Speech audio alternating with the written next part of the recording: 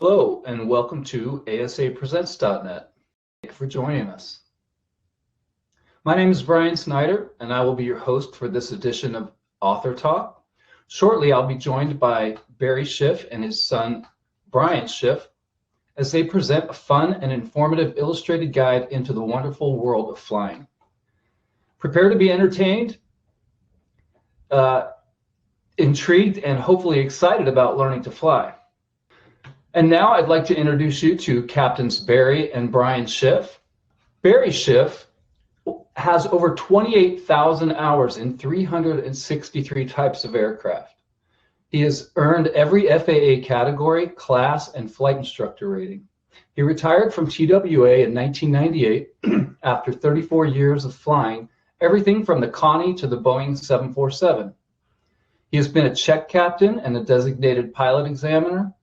Schiff holds 5 world speed records, including one captured from the Soviet Union. He became an aviation writer at age 21 when he founded a publishing firm that was purchased by Jeppesen in 1963. He has since written 13 books and 1,900 magazine articles. In 1991, Schiff developed the concept of providing general aviation pilots with safe VFR routes through high-density airspace. A legislative bill mandated the adoption of this concept by the FAA. His awards include a Congressional Commendation, the Louis Blériot Air Medal, an honorary doctorate from Embry-Riddle, and Switzerland's Gold Proficiency Medal. He has been inducted into the Flight Instructor Hall of Fame and the Living Legends of Aviation. His son, BRIAN SCHIFF, a seasoned captain for a major U.S. airline with a deep-seated passion for general aviation. BRIAN has accumulated 20,000 hours of flight time across a wide range of aircraft and has flown 98 different types. As an esteemed member of the Board of Directors of the National Association of Flight Instructors, BRIAN's expertise and experience have earned him the distinction of being an active 38-year Gold SEAL flight instructor and FAA safety team representative. Possessing multiple flight instruction ratings, he is known for his exceptional ability to simplify complex procedures and concepts while maintaining a contagious enthusiasm for aviation and teaching. Furthermore, BRIAN has been an FAA designated examiner. And with that, I'd like to hand the controls over to Barry and BRIAN SCHIFF. Hey, thanks, Brian. And hi, Dad. Those qualifications make me feel old. I can't imagine how they make you feel. Ancient. Yeah, I don't think I'll ever get to fly as many airplanes as you've flown, but it won't be for a lack of trying. I think I need to fly 2 more, at least get into triple-digit land. It'll happen soon. Yeah, I probably will. It's been really fun watching you write these books and learning from you. I'll say you're a hard act to follow. And I've learned, I often tell people just, hanging around you, you're going to learn something.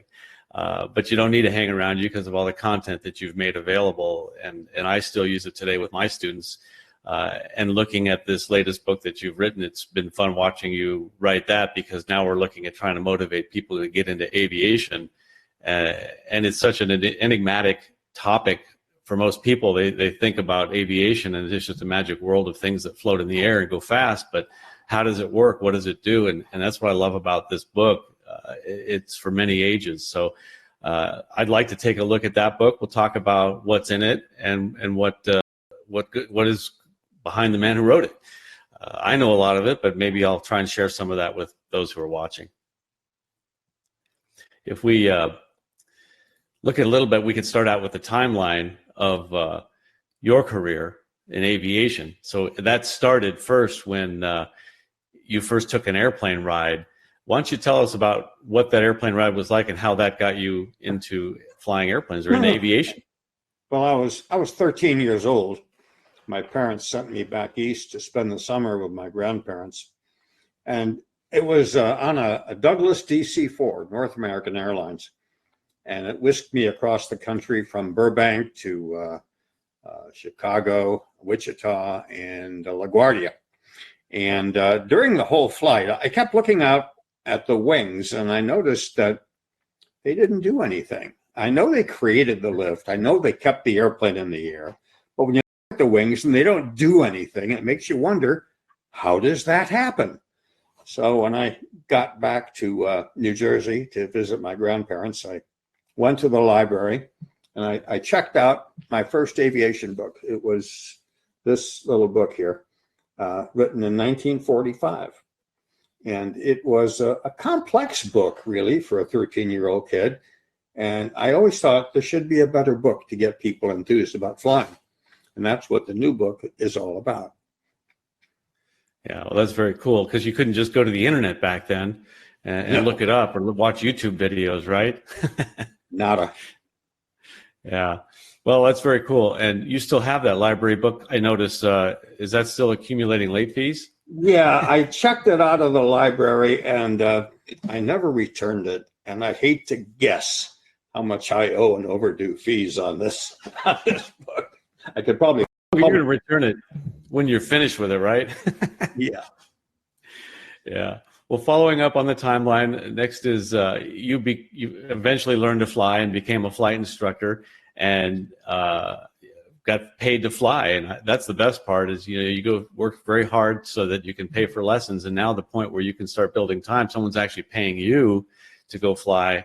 But you not only did that, you enjoyed doing it with a passion and teaching others, and sharing that passion. So tell us about one of your first students and what it was like being a charter pilot. This was one of my first students. This is actress Jill St. John. You'd recognize her. She's been in a lot of movies. But at the time I taught her to fly, she was just getting started. And she was absolutely gorgeous. And the most difficult part about teaching her to fly was not being distracted. I wasn't thinking much about flying the airplane as I was about looking at her. She was just spectacular. So distraction was the lesson learned here, that when you get something that you're doing something a little different in an airplane, be careful not to be distracted. Yeah. Yeah, it's a good point. You need to compartmentalize a lot of things and put the things that can distract you aside. I've had the same thing as a flight instructor in college. I taught a lot of, my college classmates how to fly, and boy, I had to do the same thing. So I can relate to that very well.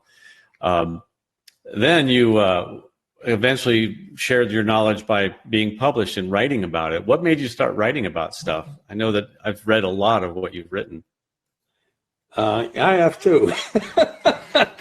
Well, my first article was written in 1963. You can see it there on the left. It was published in AOPA Pilot Magazine, and it was called "Why Not Really Learn to Navigate?" And it was about flying and navigating using celestial navigation, something that most people don't care about. Actually, when you think about it, GPS is celestial, isn't it? We're using something up in the heavens to determine our position. I was using celestial navigation just yesterday. A little bit different. And I wrote my first book in the same year. It was called All About Flying, and it's shown there on the right. I just enjoyed writing because people would ask me questions, and I found that I had a hard time answering those questions by just speaking out. I thought, let me put it in writing. I can say it better that way. It's still that way. And you can answer the questions to a lot of people. That a lot of people seem to ask the same question over and over.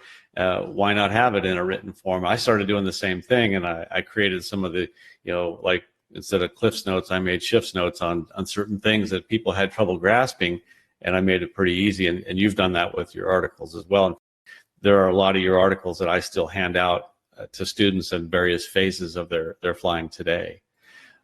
So after becoming published, you were hired eventually as an airline pilot for TWA at a relatively young age, and in the glory days of aviation. What was that like? Yeah. It's different now. I got hired as a Connie first officer, and I got to tell you, it was such a big airplane. What's a Connie? The biggest airplane I'd ever flown was a Twin Beach, and then you step into a Lockheed Constellation, and it's a monster. But it was a beautiful airplane, and I loved flying it. The captains were old grouches, of course, from World War II, but sure had fun flying that airplane. Yeah, that had to be a lot of fun. And I'm sure that when you flew with those captains, you became, as a captain, like a culmination of all of your favorite captains, and took the characteristics of the captains with whom you flew you didn't like, discarded those characteristics, and kept the common, all the best of those. Yep. Some of those captains teach you what not to do. Very true. Very true. And then after becoming an airline pilot, you became an airline captain after having flown with all those, and you used all those tidbits as an airline captain. What did you first upgrade on, and what was that like? Well, I upgraded on the Boeing 727.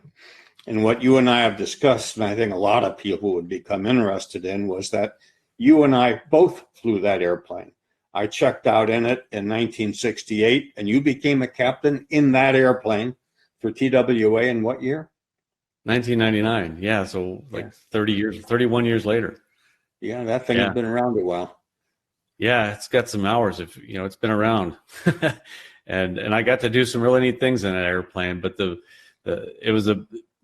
I really enjoyed being part of a three-man crew. I enjoyed the division of responsibilities that went along with a three-man crew.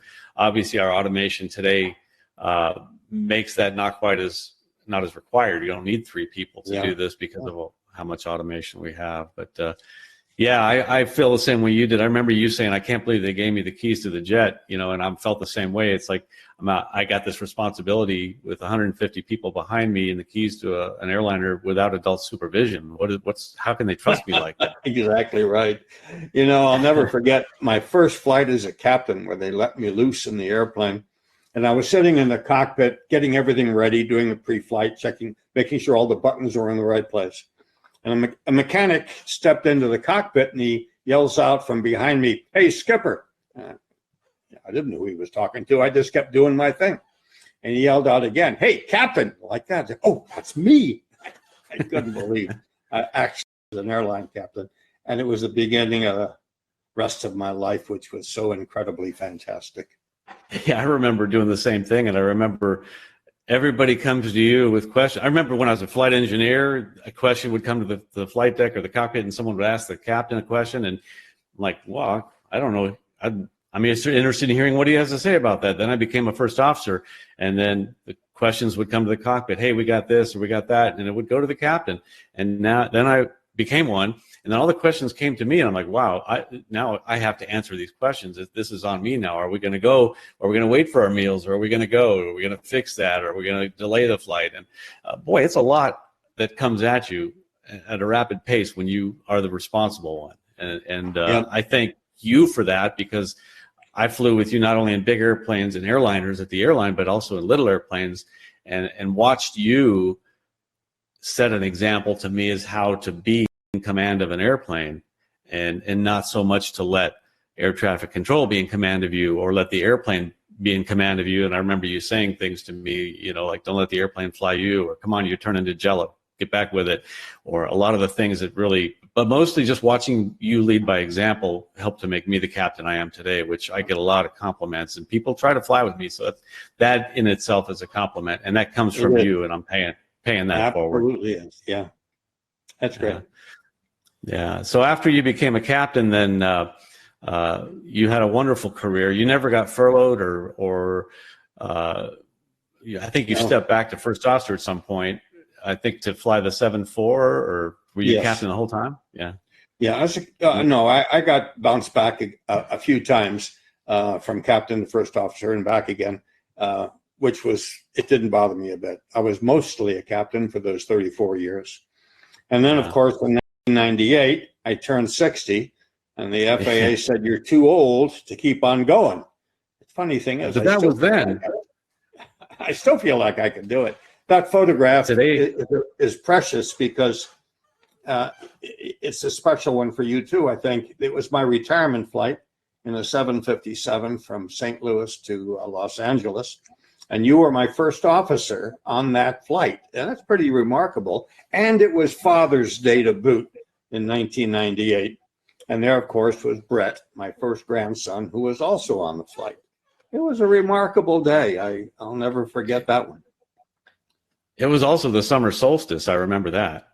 Yes, that's correct. And I remember calling flight service, which I'd never done as an airline pilot, to put a note in the notes section of our IFR flight plan that it was your last flight and whatnot, and retirement flight, I should say. And that departing LAX, I remember calling to see if there was any way to get the water cannons salute, because I thought that was a suitable tribute, an appropriate tribute to your retirement. And I remember this funny story, because you were actually a little ticked off that they made us taxi to the South Complex at LAX for takeoff. But the reason you did that, because that's on that 50-yard line or that midpoint taxiway, is where they wanted to do the water cannon salute. And when we got there, I think you understood why they were making you do that. And then they said cleared to taxi to any runway of your choice, Captain Schiff. And I remember thinking that was really cool that LA did that for you.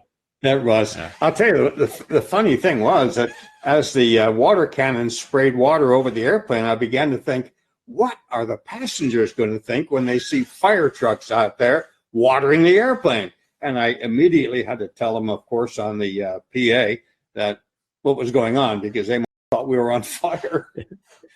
Yeah. And I remember when we'd flown together the first time, and I think there's a slide or a video on that later on this presentation, but I don't think I'd ever reached across and taken a bread roll off of the captain's dinner plate and eaten it before a very, would have been treated as a pretty bad insubordination under normal circumstances. But I had fun with that. And I think flying with a family member, you have to manage your resources like that, right? So flying with family, CRM is very important, right? Yes. So I managed my resources. Yes. And on the layover, your resources became my resources, and you bought the dinner. I remember that. That was great. I don't think I the advantage of flying with your father on an airline trip. So yeah. After you retired, you kept busy. You never really did retire. I know that you've always been working with the consulting business you do, and then of course you've been writing every month at least a column and a test pilot.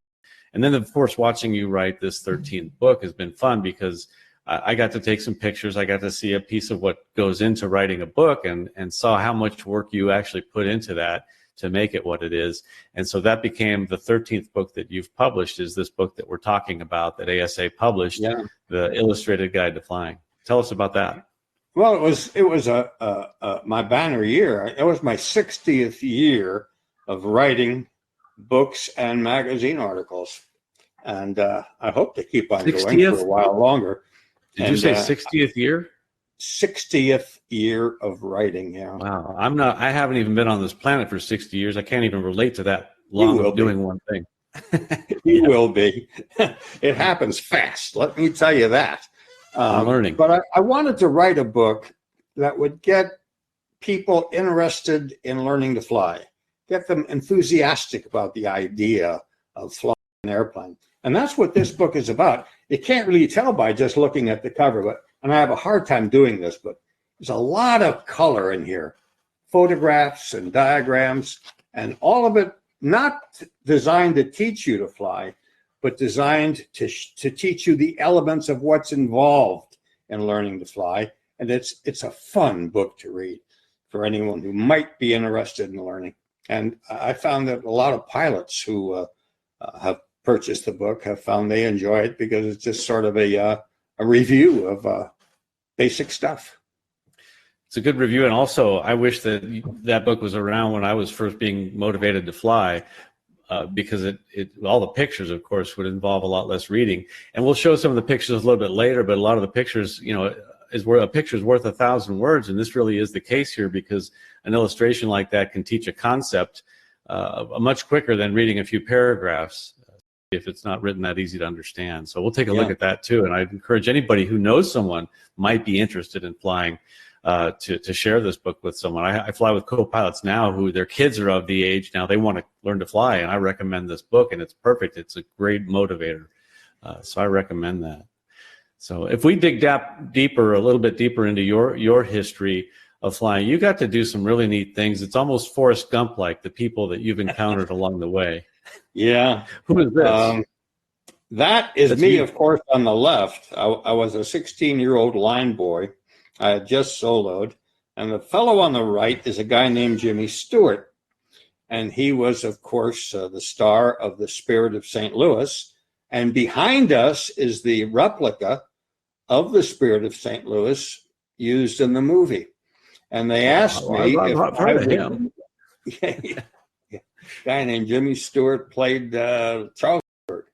And they asked me if I wouldn't mind, I wouldn't be paid for it, but would I mind flying, taking the Spirit of St. Louis and taxiing it around the airport once a week, just to kind of get the oil circulating in the engine. And I had to think about it for a split second. And I was the envy of the airport, taxiing around in the Spirit of St. Louis. What a thrill that was. That's very cool. I'm envious of that as well. Like, I can imagine that must have been pretty cool, taxiing that, as historical as that is. Now, you've never been violated by the FAA, but you got a parking ticket once for flying an airplane, didn't you? Yeah. This photograph was taken after a student pilot and I was teaching him to fly. We had an engine failure over the Santa Monica beach because he failed to apply carburetor heat in preparation for practicing a power-off stall. And the engine, it just quit. And we had no place to go except the beach. And thankfully, the water was at low tide, revealing hard-packed sand, so we could actually land on the beach rather safely because it was the wintertime and nobody was on the beach, thankfully.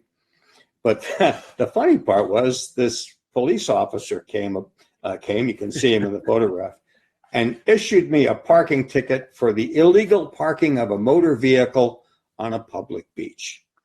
Thankfully, wow. The judge threw it out of court.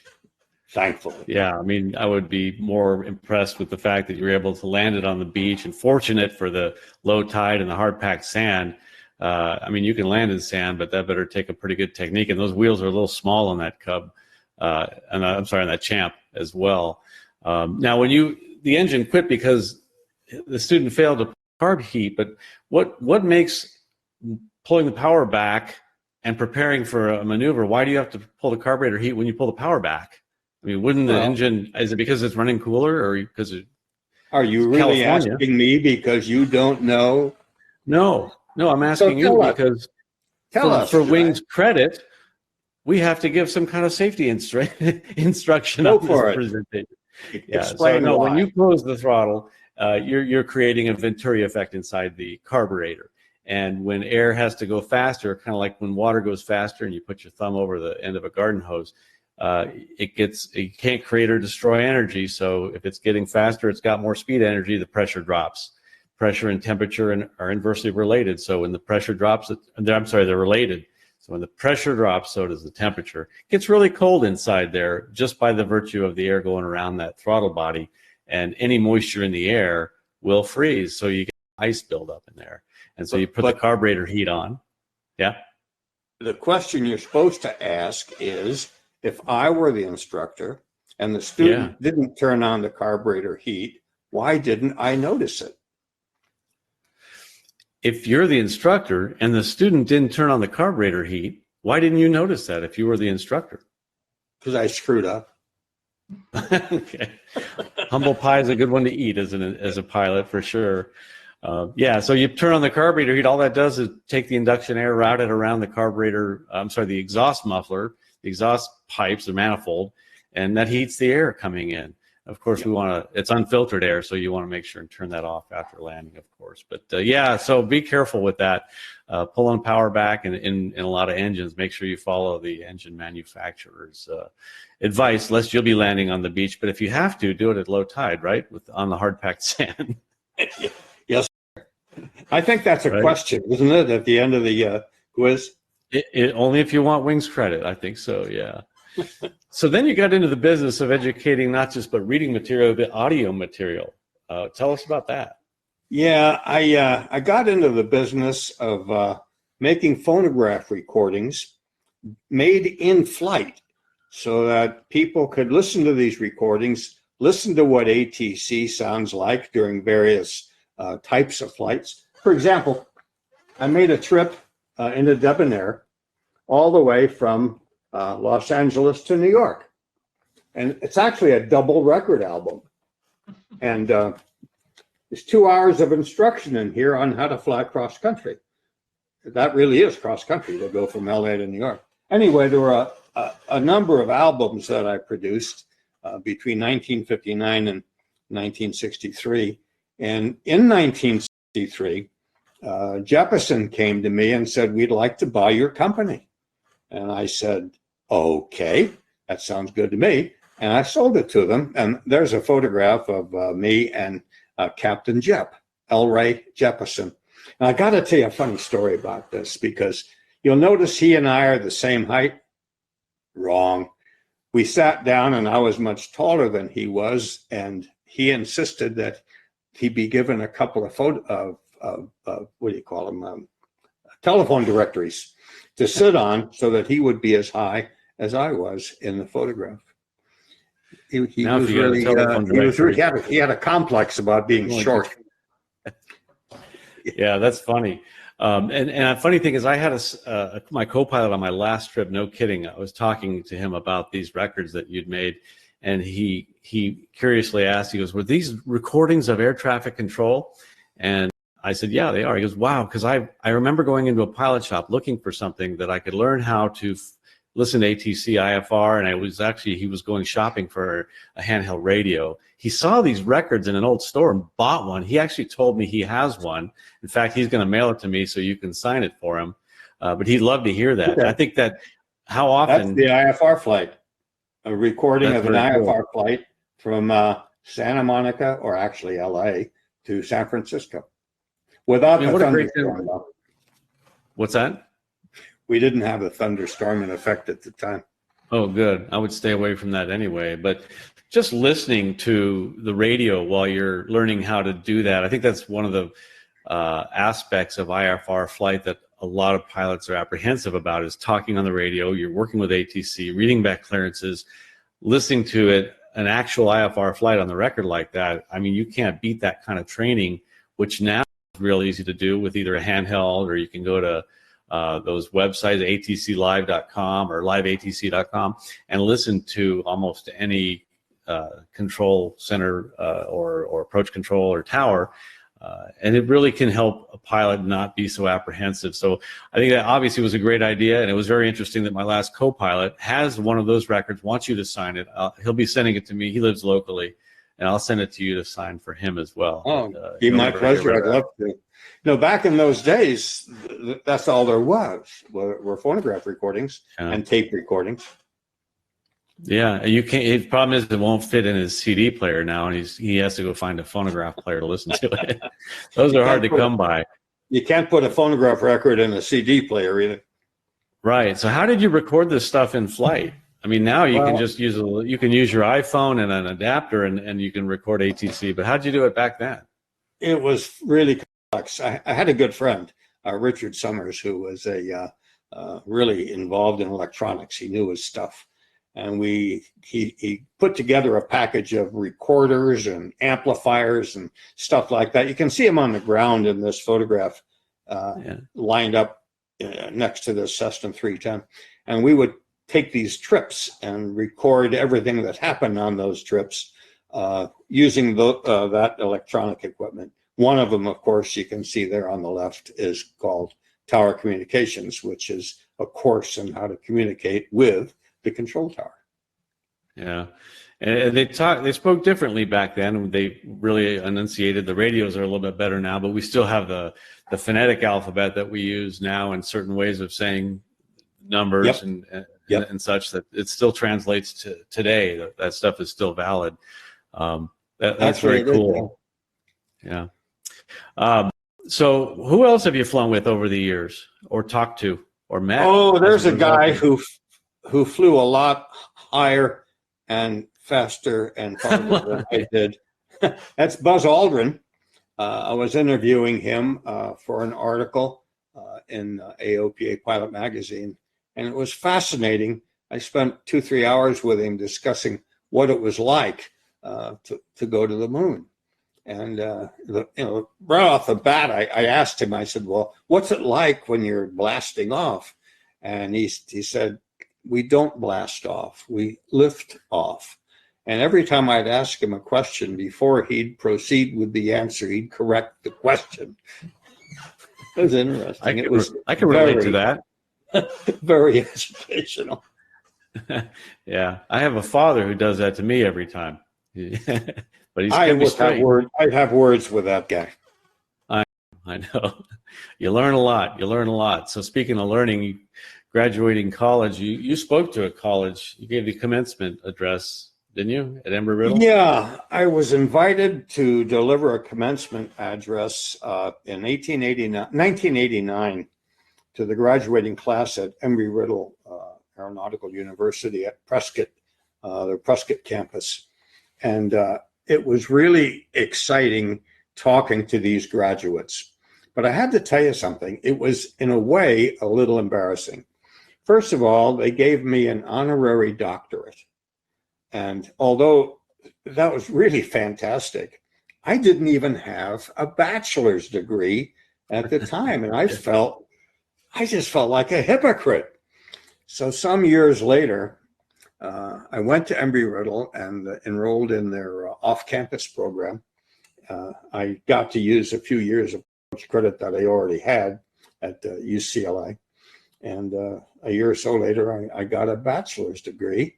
And then my kids, including you, couldn't call me a hypocrite anymore because I insisted all you guys get your degrees, and you did. And you made us call you Dr. Schiff as well. Yeah, right. But I did, as the apple falls from the tree, I think I also, in 1989, when you were giving that commencement address, I was in my third month at TWA, which I had dropped out of college to take that job, and did the very same thing. I wound up going back to Embry-Riddle years later through their worldwide campus and getting my bachelor's degree. I think it was the mid-90s, and so I did the same thing. So I get that, although I'm not a doctor yet. That's okay. I'm not either. Right. So who are these people? These attractive folks you're standing next to here, back in the before color photographs. This picture was taken in 1956, a month after I got my flight instructor certificate. These are my first three students.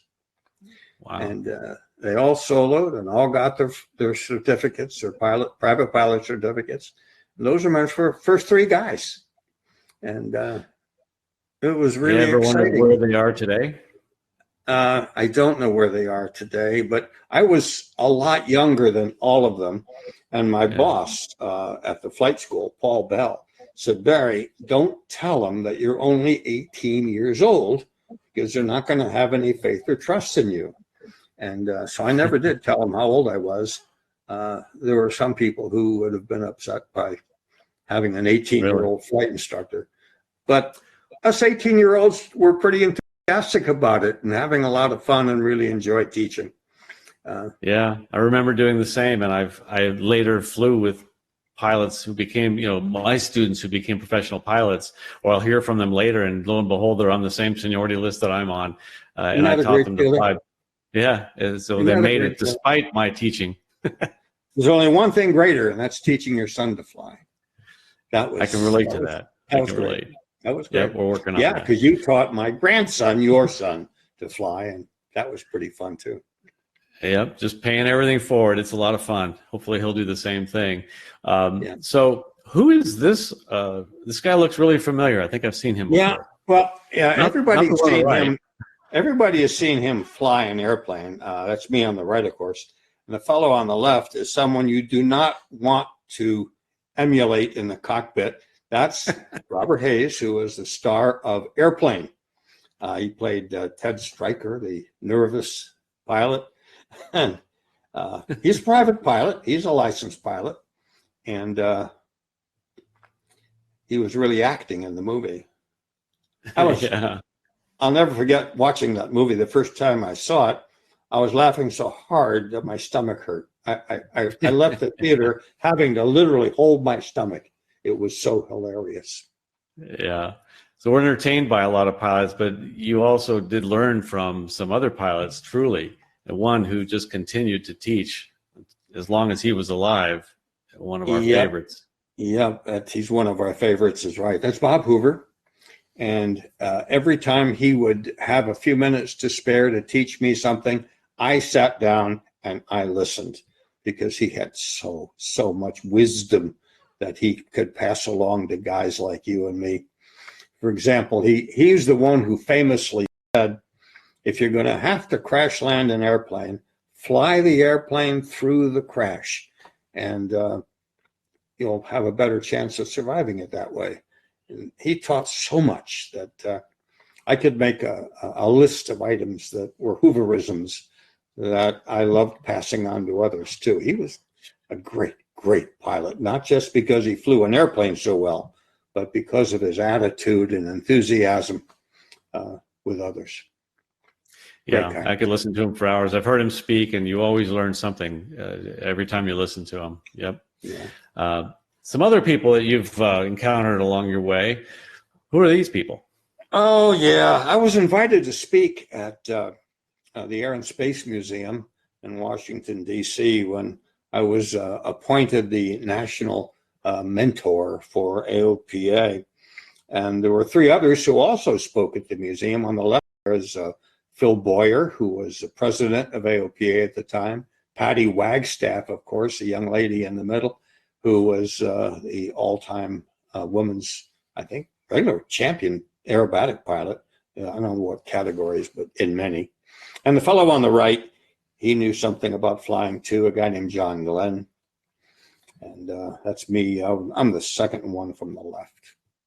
Yeah. And when you encountered all these celebrity pilots, were there any lessons that you've learned from flying with them, or whether it be something to do or not to do, or a safer way of doing something just as a result of these people having notoriety in the industry?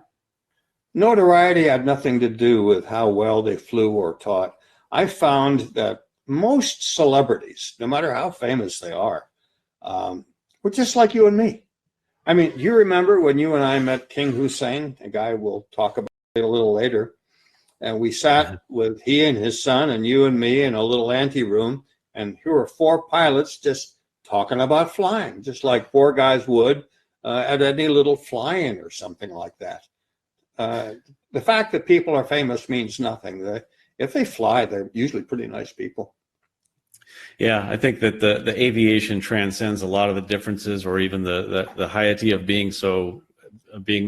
having the notoriety. And I think those kinds of people are humble down and learn and become students of the craft, just like we do. And some haven't. Unfortunately, there are some who have succumbed to sometimes wrong thing happens at the wrong time, but. It's interesting to see, and I've met several celebrities along the way too. And what I found is that when it comes to aviation, that whole that status they have now, we're all on the same playing field. We compartmentalize our successes and how perfect we are in other areas, and now become students of the craft and learn how to do it better and constantly improve ourselves. So I've seen a lot of that in some of them as well. That really raises an interesting point about flying, and that is, if you go to a general aviation airport, there's all kinds of people out there, all kinds of social stratus, all kinds of races, religions, whatever, but they're all people who like to fly, and that kind of equalizes us, and we're all the same. It's flying is fabulous that way. Yeah, I learned that at Oshkosh every year. Yeah.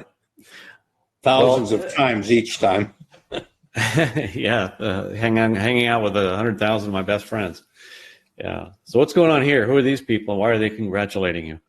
Oh, in 1975, I broke the world speed record, which previously had been held by the Soviet Union, using an Aerostar 601. And the fellow on the right is the guy who designed it, along with the Aero Commander and a couple of World War II bombers, a fellow named Ted Smith. I'm the guy on the left, and my buddy Hal Fishman is in the center there. He was a newscaster on KTLA TV in Los Angeles. It was a big day. And I saw the Aerostar. That probably did a lot of gave Aerostar a lot of good publicity. Now, isn't that the fastest production twin? Or maybe not anymore, but back then I think it was. At that time, it was the fastest airplane weighing less than 6,000 pounds. Production airplane. Gotcha. Very cool. And cool to have taken it from the Russians. Now, when you're trying to break a world speed record, do you find any kind of external pressures there? Like, oh, I'm trying to break a record. Were there any shortcuts taken, or did you fly when you thought, oh, maybe I shouldn't? You know, like when Lindbergh had to go and he didn't get any sleep. Obviously, he flew a very long flight fatigued. And if we talked about that, that would be, you know, probably poor decision making. But is there anything you did or any compromises you took in the interest of getting this record completed? Not really, because in taking this record from the Soviets, really all I had to do was fly a closed circuit course at top speed. The airplane did it because of its designer, not because I was a particularly good or great pilot. I just happened to be the one that was allowed to do it using an airplane that was inherently very, very fast. And it was, no, I didn't have to do anything special. They did a few things special to the airplane to make it go a little faster, but nevertheless, it was a hell of a day. Yeah, I'll bet that had to be pretty cool. So we talked about the movie Airplane, where the airplane and the pilot was used to entertain. We can also, in a more serious note, I think there was a movie that you were helping with here in Hollywood. Isn't that what this is? Oh yeah, this. I was hired as the technical director for the movie Flight 90, Disaster on the Potomac. It was a docudrama about the Air Florida crash into the Potomac River some years ago. And this photograph was taken on the set of the movie with Stephen Macht, an actor who was, I'm showing him what to do in the cockpit during a particular scene. And that was great fun. It was very, very fun working on I thought that was Geraldo Rivera at first, but so that flight 90, yeah, Disaster on the Potomac. Why, in a nutshell, why did that airplane crash?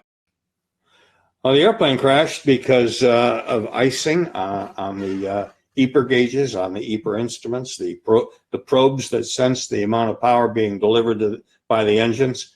With icing on those probes, the engine instruments didn't indicate properly, and although the gauges showed that they were getting a lot more power, they weren't.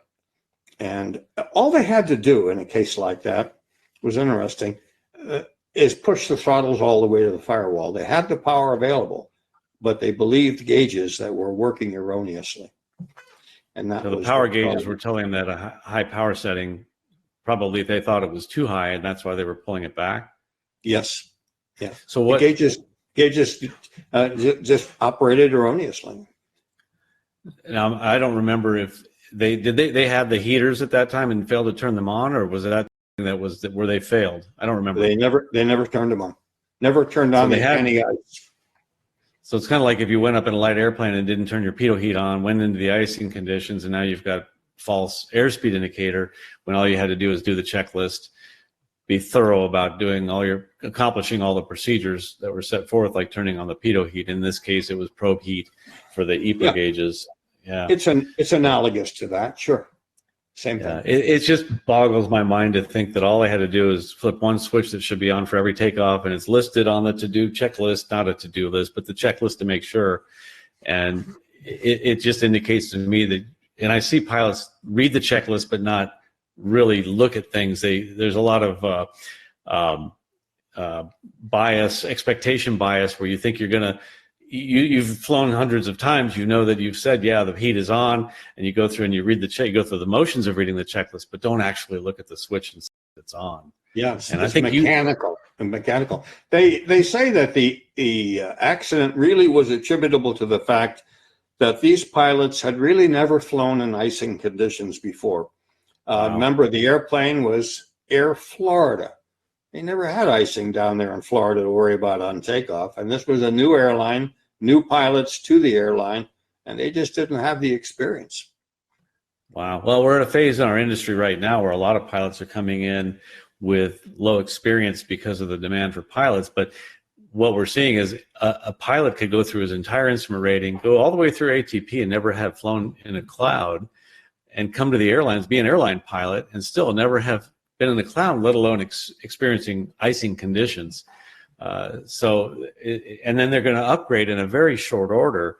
They're not going to sit and watch like you and I did for a number of years, watching captains do what they do. So I think very, very important to mitigate by just following the procedures and being diligent about that, because they're there and they're written for a reason. The airlines, I think, are going to have to be very careful coping with this shortage of pilots. Yeah, They'll be we're lucky to do things that they really shouldn't be doing. Yeah, we're going to be. We're fortunate the automation is an incredible safety net now because it's come a long way. But I hate to rely on that. I think we still need to be as diligent and prudent as pilots as we can. Who is this guy?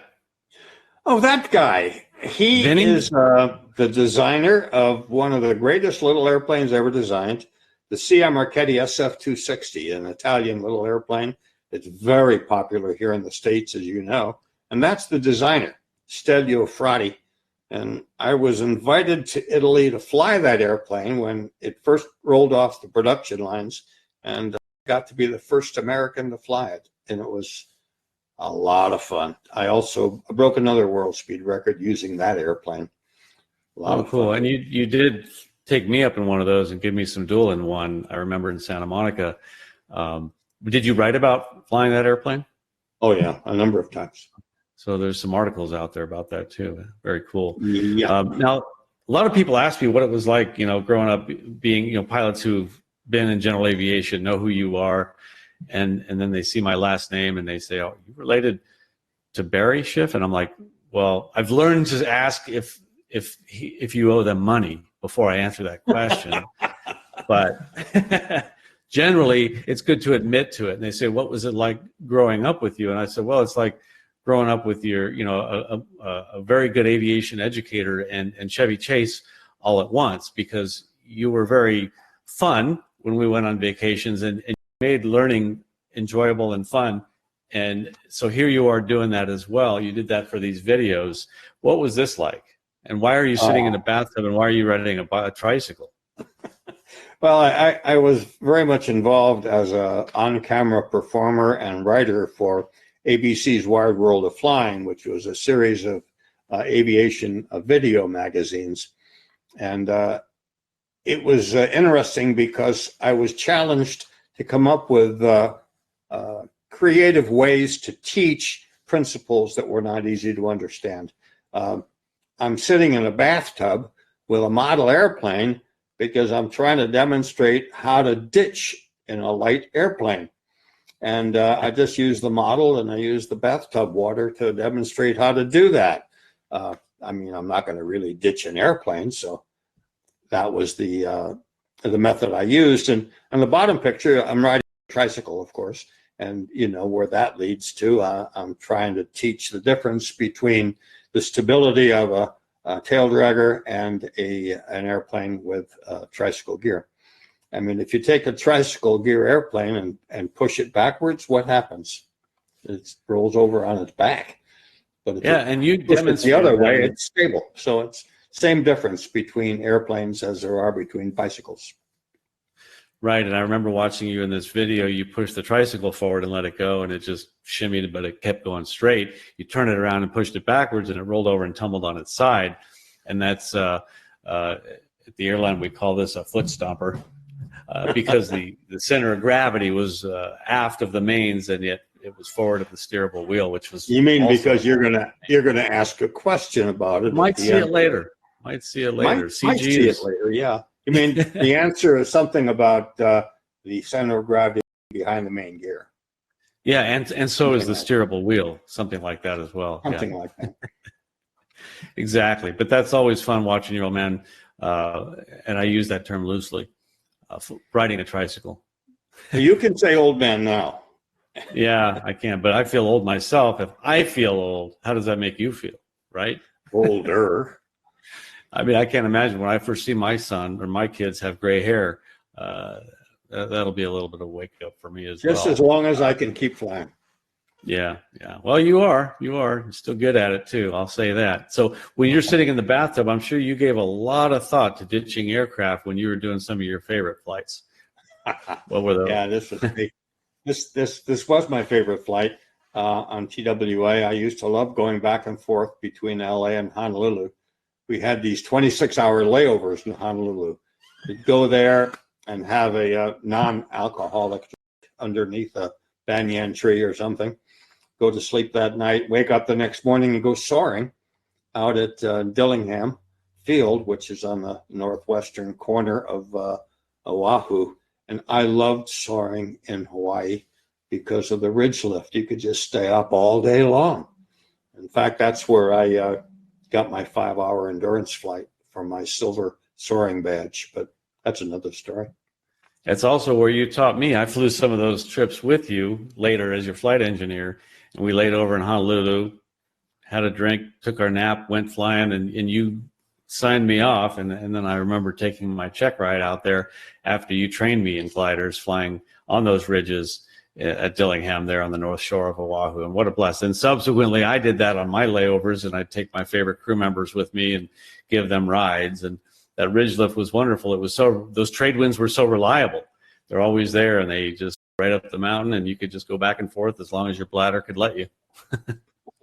And that was the measuring stick too, the bladder. Yeah. So my first experience with flying, I think, was before I can even remember. What was this?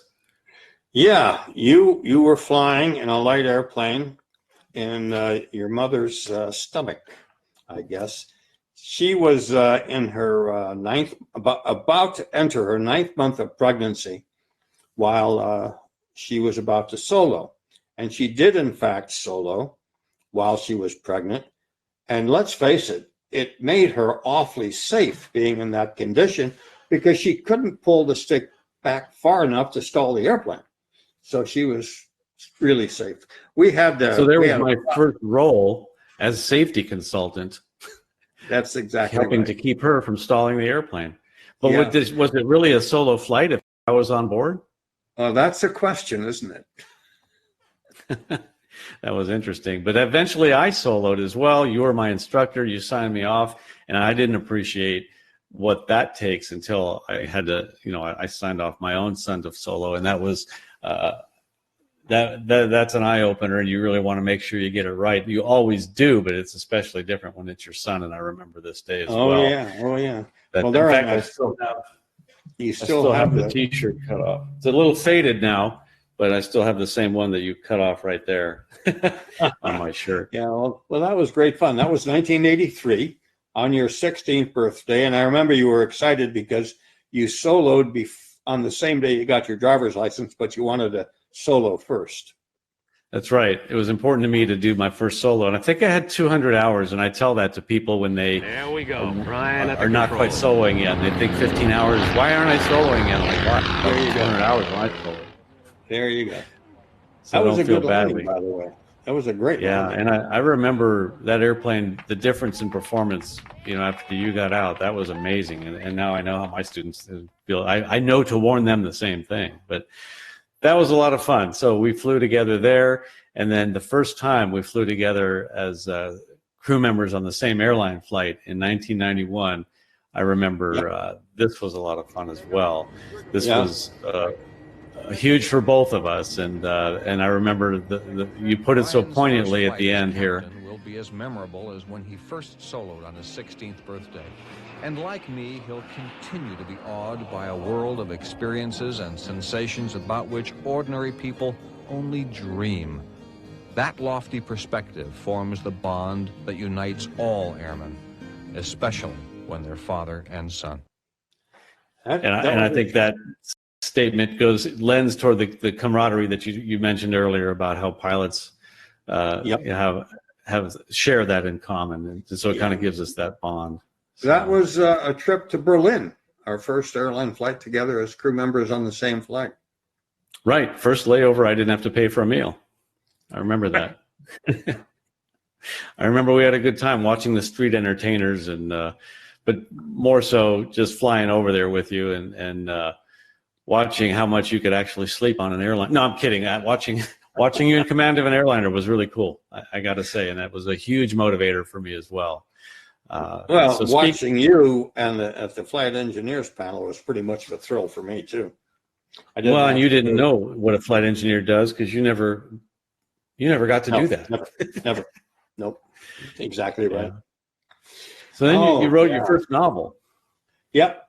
I wrote it with my close friend Hal Fishman. He and I wrote this aviation novel called The Vatican Target. And I have to tell a great story about this. He and I were eating lunch in a little restaurant in Marina del Rey in a coffee shop. And we were debating and bickering as to how we're going to hijack an airplane carrying the Pope. There are different things, different ways to do it, but we wanted to kidnap the Pope. That was the thesis of the book. And we're arguing back and forth about how to do it. And unbeknownst to me, there are a couple little ladies sitting in the booth next to us who are overhearing us talking about kidnapping the Pope. Well, next thing we know, a couple of cops show up at our table wanting to know, what's going on, fellas? What's this about kidnapping the Pope? We finally explained what was going on, and we had the documents to prove it. And Hal, of course, was a newscaster for LA, immediately recognizable. And we all started, it was a crack up. We laughed pretty hard. But that's one of the little stories that I like to tell. Funny. I remember reading that book. I truly enjoyed reading it, and I thought somebody bought the movie rights. I think it would make a great movie one day. It was a fantastic story. So if you haven't seen that, I'd recommend a read on that one as well for people. So speaking of that part of the world and something fun that we got to do together back in 1995, that you organized this flight of all of these 35 airplanes. Tell us about what that was. Yeah, shortly after Israel and Jordan signed a peace treaty in 1994.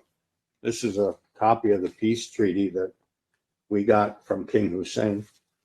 I decided wouldn't it be great if we could now have a fly-in from Israel to Jordan. It was only about 40 miles, take about 20 minutes to make the flight. But no airplane had ever before been allowed to fly between those two countries, not without the risk of being shot down anyway. Anyway, I got permission from King Hussein.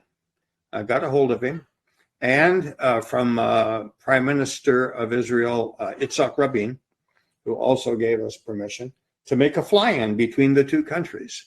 And this was utterly incredible, one of the most fascinating flights of my life. And it was only like 25 minutes long. There on the left, you can see a little patch that we had made up for the flight.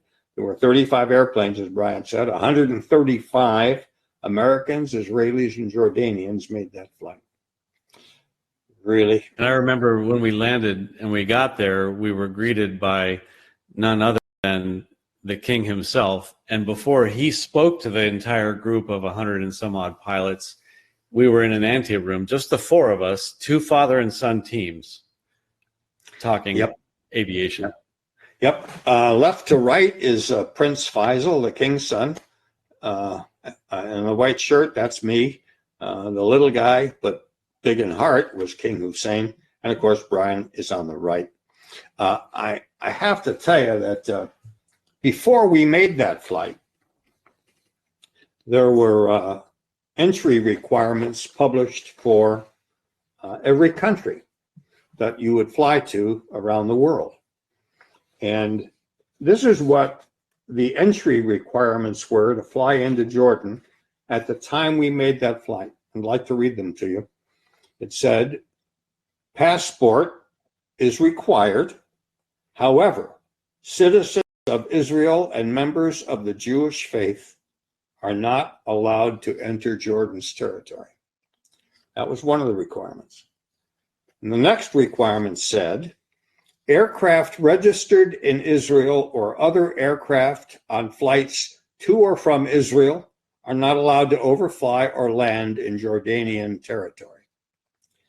That was before our peace flight. And after that, it was wide open. it kind of felt like a Berlin Wall crumbling down. This was a different kind of wall that crumbled, and sadly, things are a little different now, aren't they? Yeah, it's a shame. But I do remember when we made that flight, looking down at the main landing gear of the Britten-Norman Islander, we were flying right as they were over the Jordan River, indicating us crossing into Jordan, and remembering that on the actual chart itself, it warned that aircraft of Israeli registry crossing that line would be dealt with. And I just remember that was very significant and momentous. Shot down without notice is what it said. Shot down without notice. Yeah, those are some powerful words. Yeah. Yeah. Which I hadn't heard anything the likes of that until 9/11, where I heard basically airliners being threatened the same. If they didn't do it, they were told, which was another interesting day in our history. But all of this and everything you've done led to this last book that you wrote, the one that we're talking about tonight, an illustrated guide, illustrated for all the pictures that are in it. Yeah. I love this little book. It's my favorite. It's a great, yeah, full of pictures, great pictures. Except for the ones that I took, there's some great ones on top of those. But you didn't write this for, preparing someone for a written test or to learn physics or something like that. So tell us about the writing of the book. What made you do it? I mean, you sort of said it earlier. I wanted people to have a book to read that would get them interested in flying, that would get them excited about flying. It's not a text. It's not for passing written exams. It's for reading and saying, hey, I can do this. I want to do this. This can be fun. And of course, we know it is. We've been doing it all our lives.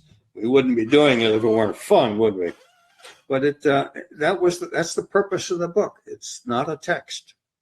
Yeah. And what would you, I think it's a great book to get someone into aviation or to fertilize or, that interest and make it grow if someone is interested. I was fortunate. I watched you growing up. I had a role model, and those of you who have family members that you've, followed in their footsteps, I think are very fortunate to have that. You didn't. When you learned to fly, your parents were very much against you learning to fly. I don't know why, but what would you say to somebody who wants to learn to fly, but they have family members who are very concerned for their safety and scared to have them fly? Well, if they're afraid of flying, then that's a problem they have to overcome. Flying is not dangerous. Flying is as safe as the pilot makes it. There are crazy drivers, there are crazy pilots, there are all kinds of people who do things they shouldn't do. But if you learn to fly an airplane properly and you do it properly and you're careful and you fly it safely, it is safe. I mean, we've been doing it. I think there all of our lives. Yeah. Right. There are a lot of risks involved, like just even driving a car. Anything you do involves some degree of risk, but managing it is what makes it safe. I mean, finding those things that are risky or the hazards and then dealing with them the right way, I think. So they're as safe as the person that you are. If you're a safe person, you can be a safe pilot by looking for those hazards and dealing with them properly. Well, I have to tell you something about my parents. Your grandparents did not want me to fly an airplane. They didn't want me to become a pilot until I got a job with TWA and they found out that they were going to get free passes to travel on TWA all over the world. Aha! Then it was a good thing to be an airline pilot. Yeah, and that's why you taught me, because you knew that having passes as my parent would be a higher priority than your retirement passes, right? Yes. Yeah, right. Well, cool. So inside this book, just to show a couple of the type of illustrations that you're showing, like when you're talking about explaining lift, you utilize some fun ways to teach the concepts that and images that people can relate to, like putting the nozzle on a hose to speed up the water and what that does to the air pressure. Yeah, Venturi effect. Right, so the Venturi effect, and then how what is the Venturi effect?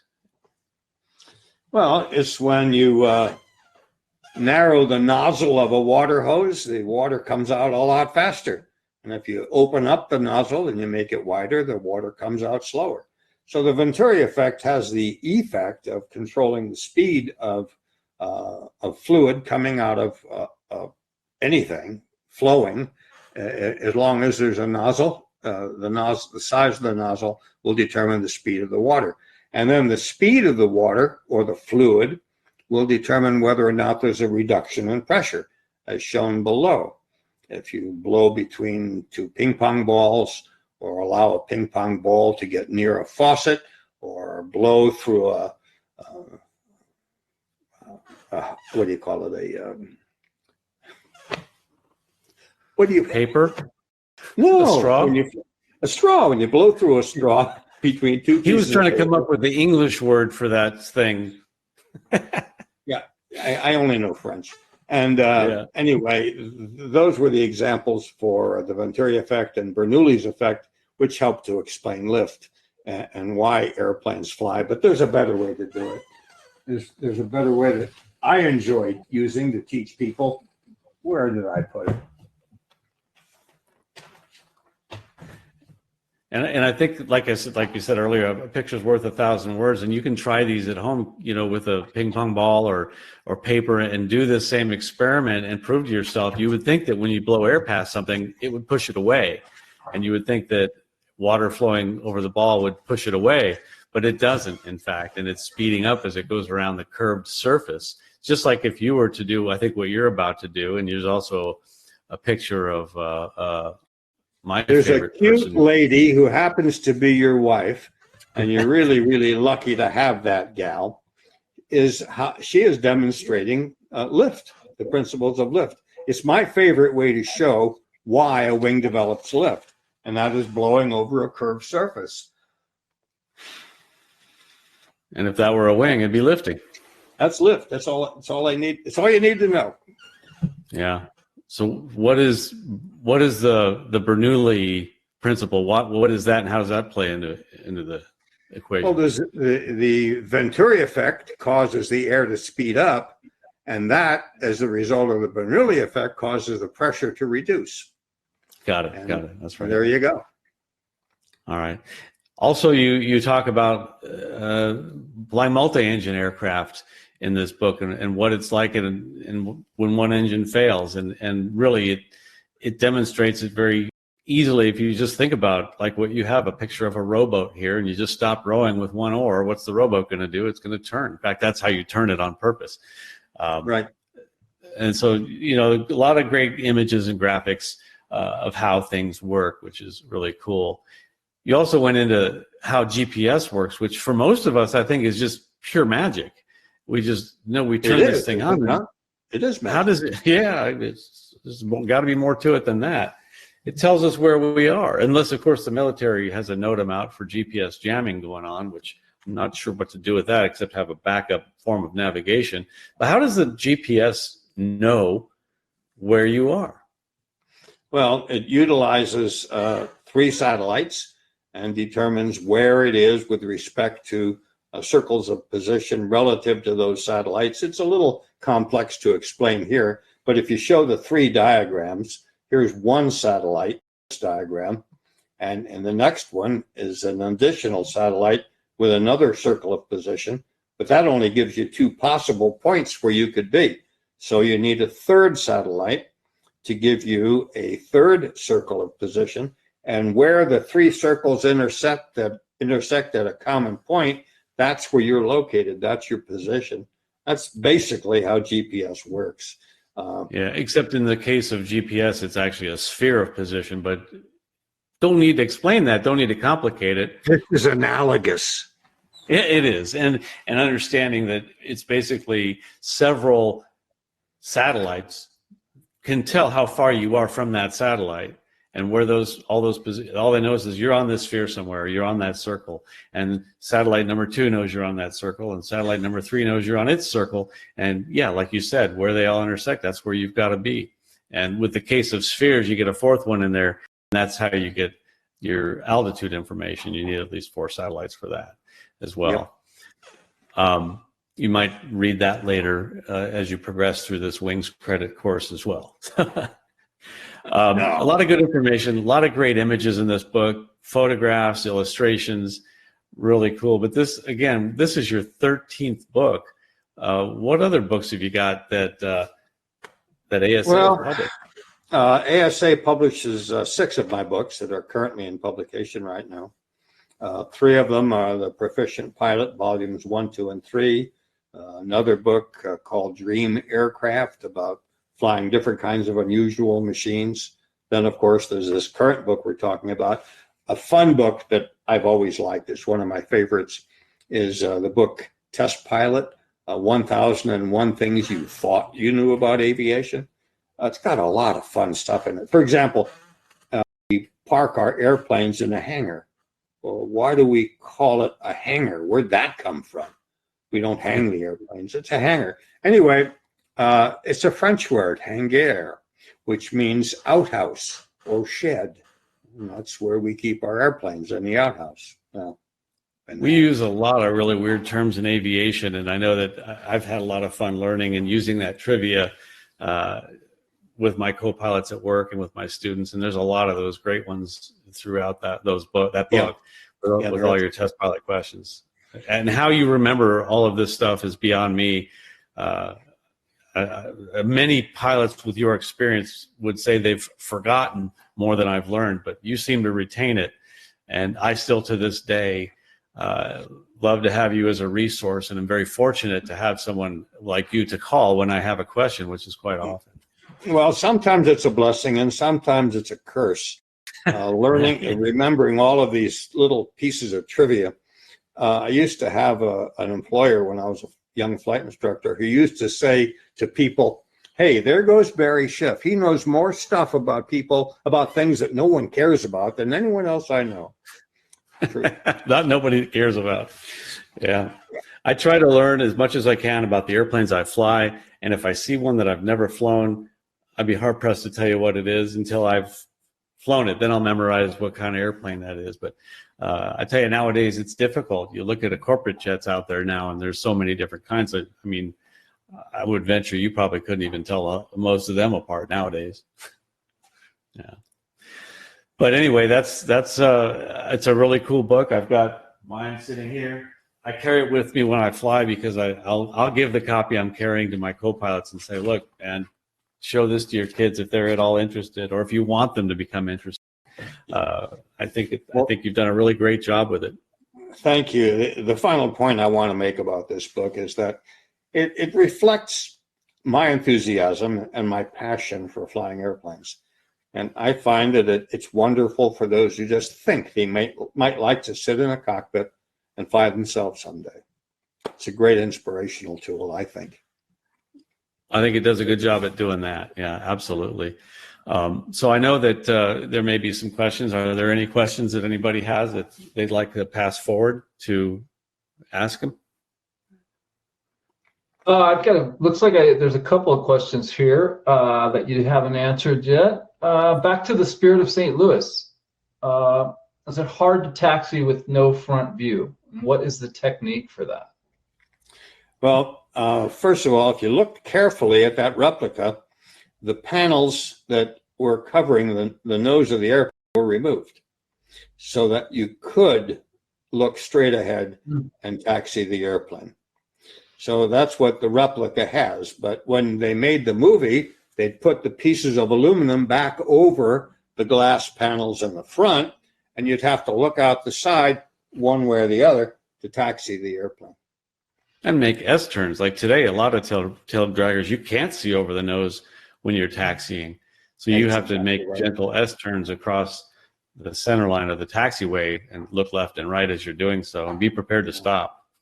I did get to fly the airplane with the panels in place, and it's difficult. It was one of the most difficult airplanes I'd ever flown. That had to be a fun takeoff. It was. Probably looked like one of my normal takeoffs. The landing was even more fun. Yeah, I bet. Survivable, though. Well, that was a good thing. That was a nice thing. In those days, runways weren't straight like they are now. They were big circles, so you could always land into the wind no matter which way the wind was blowing, which made it a little easier. Interesting. Looks like you answered most of the other questions. There's one more here. I think this is regarding GPS. What if you know jamming is going on? What should you do to navigate? Compass clock.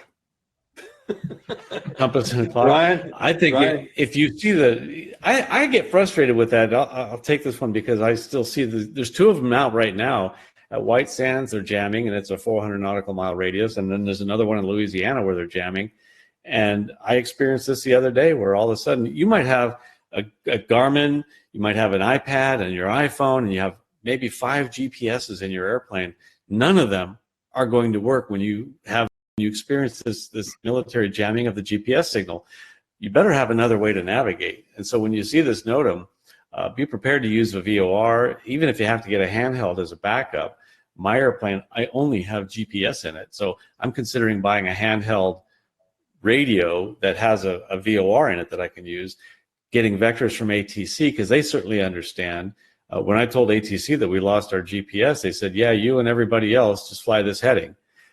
So certainly talk to ATC, but also keep your piloted skills going. Have a chart out and constantly know where you are, and maybe know where some highways are or some visual features that you plan to follow in the event you lose your GPS. The FAA is going to maintain a given number of VORs, thankfully. They have to, yeah, for this very reason.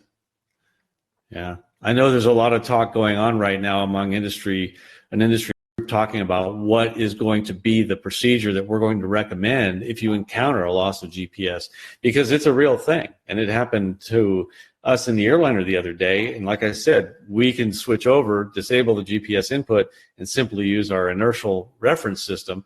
But most GA airplanes aren't going to have that. Most light aircraft won't have that. But the alternate, maybe hang on to that NDB. So you can use an ADF for navigating, or at least one VOR. Sure. Compass and clock. And you're heading, from Texas to Los Angeles and California to keep the W in the window.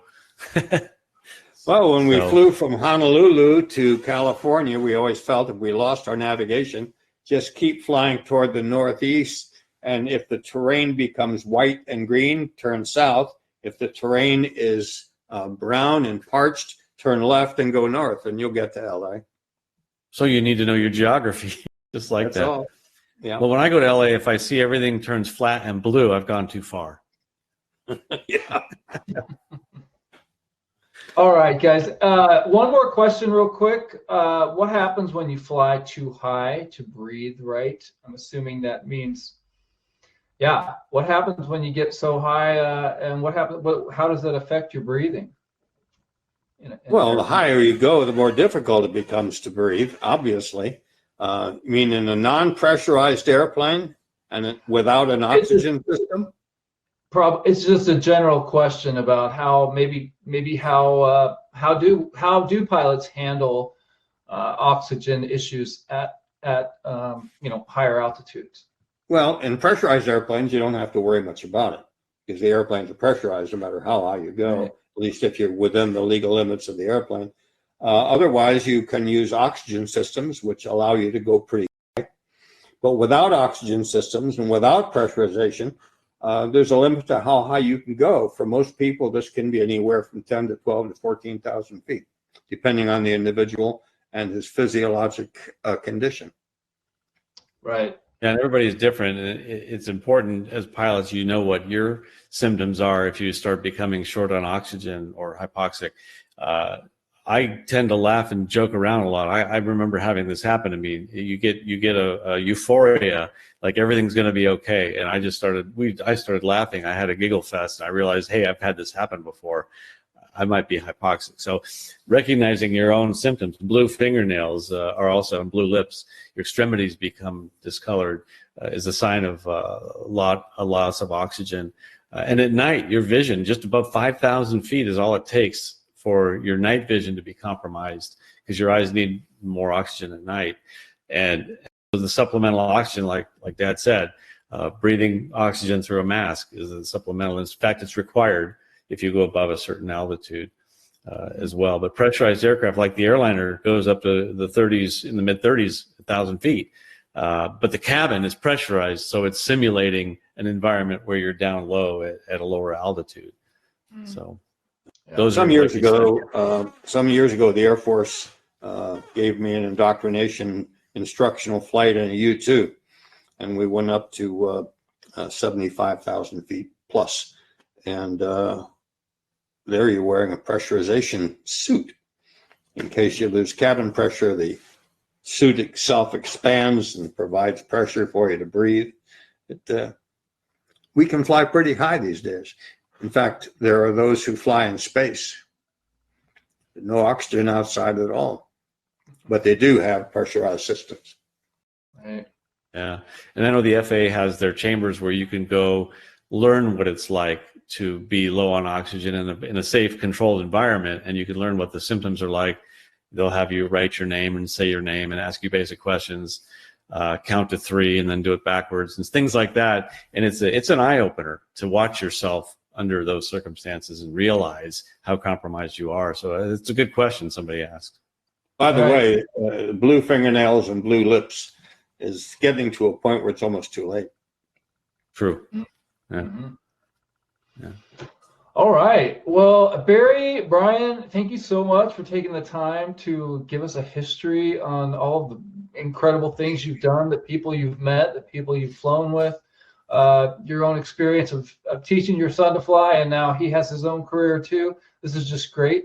Your new book is just awesome. I love it as well. I keep it here at my house, and I've been giving them to several people who have shown interest in flying. It's just a great book to feed that interest. If someone shows an interest in it, give them that book. It may just be the doorway for them to get into aviation. So that would be nice. And if you're a teacher, I think you should have it. Your teachers should have it in their classrooms, I think. Agreed. Everybody should have this book. I agree with that. All right, Barry, Brian, thank you very much. Have a great evening, and I'll be talking to you soon. Awesome. Take care. Bye, everyone. Bye. And for the rest of you, just to remind you, Barry's book, An Illustrated Guide to Flying, is available at asatofly.com, at local FBOs, and on your favorite online retailers. Thank you very much, and have a great evening.